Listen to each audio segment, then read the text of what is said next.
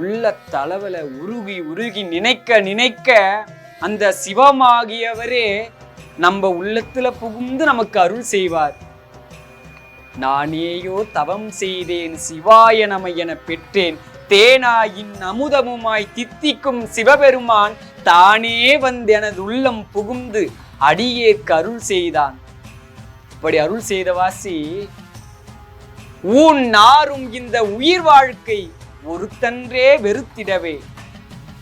அவனுடைய அருள் கிடைத்த வாசி எனக்கு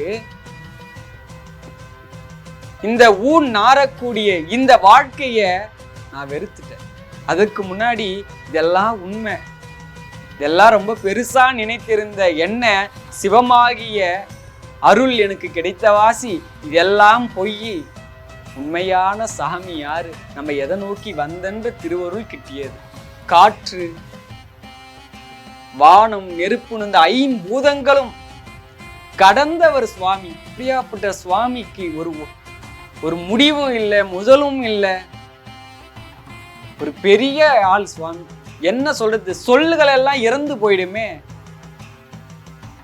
அவதான் எண்ணிறைந்து எல்லை இல்லாத ஆளாச்சே. எண்ணியும் சொல்ல முடியாது, சொல்லாலையும் சொல்ல முடியாது, எல்லாமே இறந்து போயிடும். அவரை என்ன சொல்றது? நம்ம அறிவு கேட்டினபடி இப்படி இருப்பாரு அப்படி இருப்பான்னு சொல்லலாம். நீ எப்படியெல்லாம் கற்பனை பண்றியோ அப்படியெல்லாம் சுவாமி இருப்பாரு. கற்பனையும் கடந்த ஆள். அப்படியாப்பட்ட சிவத்தை நம் வாழ்வில் நம்மளுக்கு எல்லாம் கிடைச்சி இருக்குன்னா பெரிய தவம். முன் செய்த தவமும் இல்லை இப்பிறவில் செய்த தவமும் இந்த பிறவில சுவாமின்ற ஒரு விஷயம் நம்மளுக்கு கிடைச்சிடுச்சு. சிவன்ற ஒரு செயல் சரி, சிவபெருமான்ற ஒரு விஷயம் கிடைச்சிடுச்சு. ஆனா எனக்கு ஞானமும் இல்லை, சுவாமினா யாருன்னு தெரியல, எப்படி நெருங்கணும்னு தெரியல. எல்லாரும் கசிந்து உருகுறாங்க, பதிகங்கள்லாம் பாடுறாங்க, பண்ணோட பாடுறாங்க, நல்ல ராகத்தோட பாடுறாங்க. எனக்கு எதுவுமே தெரியலையே, நான் எப்படி சுவாமியோட நெருங்க முடியும்? அதுக்கெல்லாம் கவலையே வேண்டாம். நமச்சிவாய பஞ்சாட்சர எழுத்த சொன்னா போதும், அதுவே ஞானமும் கல்வியும்.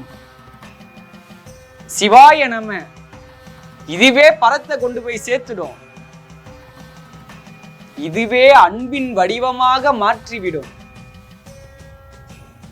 சிவாய நம சிவாய நம உள்ள தளவல சொல்ல சொல்ல சொல்ல